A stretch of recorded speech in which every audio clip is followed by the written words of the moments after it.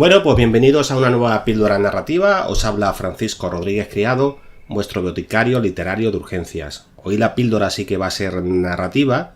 Hoy traigo un relato corto de un escritor puertorriqueño.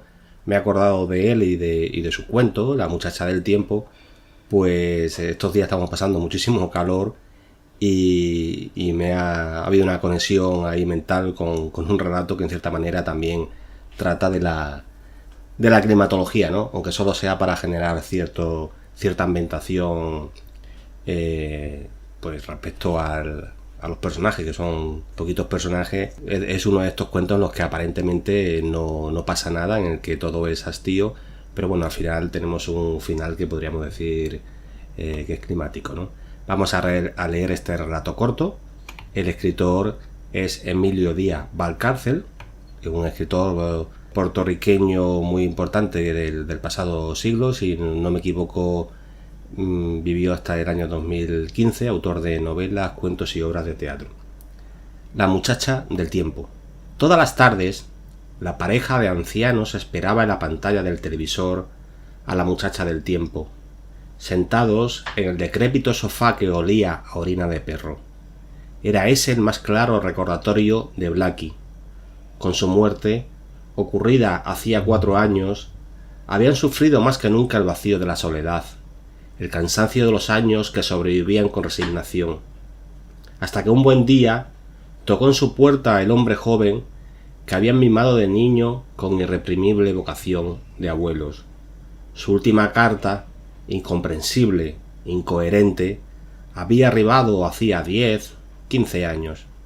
Imposible recordarlo con certeza.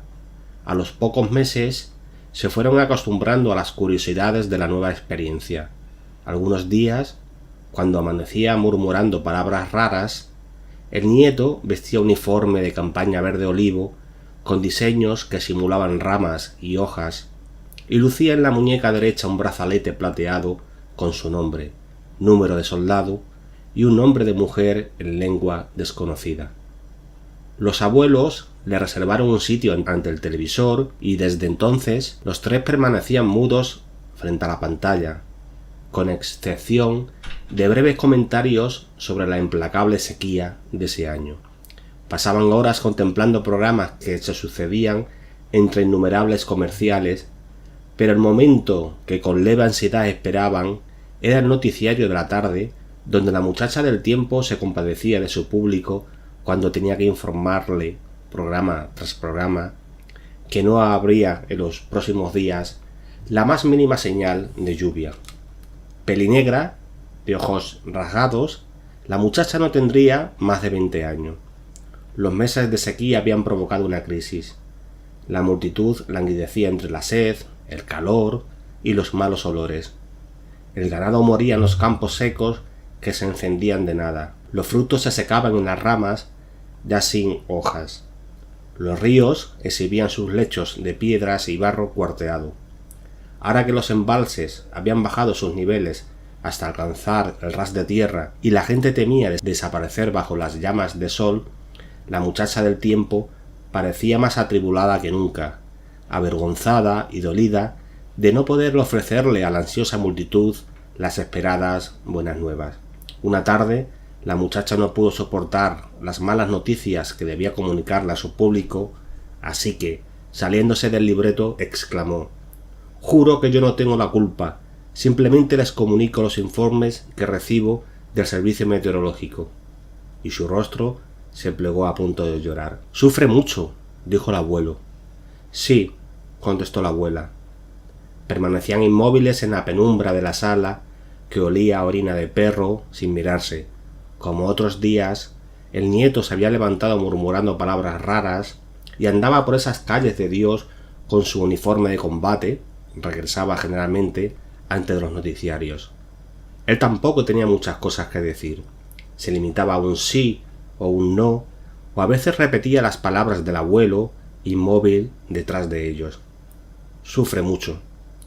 Ese jueves pudo ser otro día, desde luego, puesto que nada habría evitado los hechos. Los abuelos se enteraron en silencio de múltiples accidentes en las carreteras, actos de pillaje, asesinatos, ciudadanos que solicitaban ayuda para sus enfermos, corrupción en el gobierno.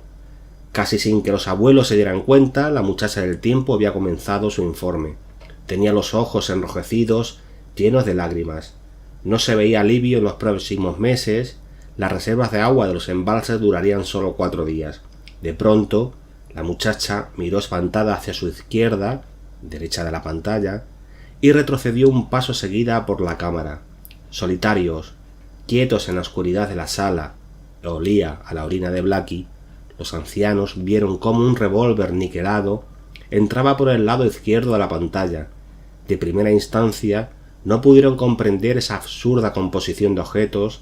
Había elementos que no pertenecían a la rutina de tantos años televisivos. Era como ver un bolígrafo dentro de un zapato. Y mecánicamente acercaron sus rostros a la pantalla. Pero fue la detonación y la visión del rostro destrozado de la muchacha, que se desplomaba fuera de pantalla, lo que los alertó definitivamente y los obligó a ver que la mano que esgrimía revólver mostraba en su muñeca un brazalete plateado con inscripciones imposibles de leer a esa distancia.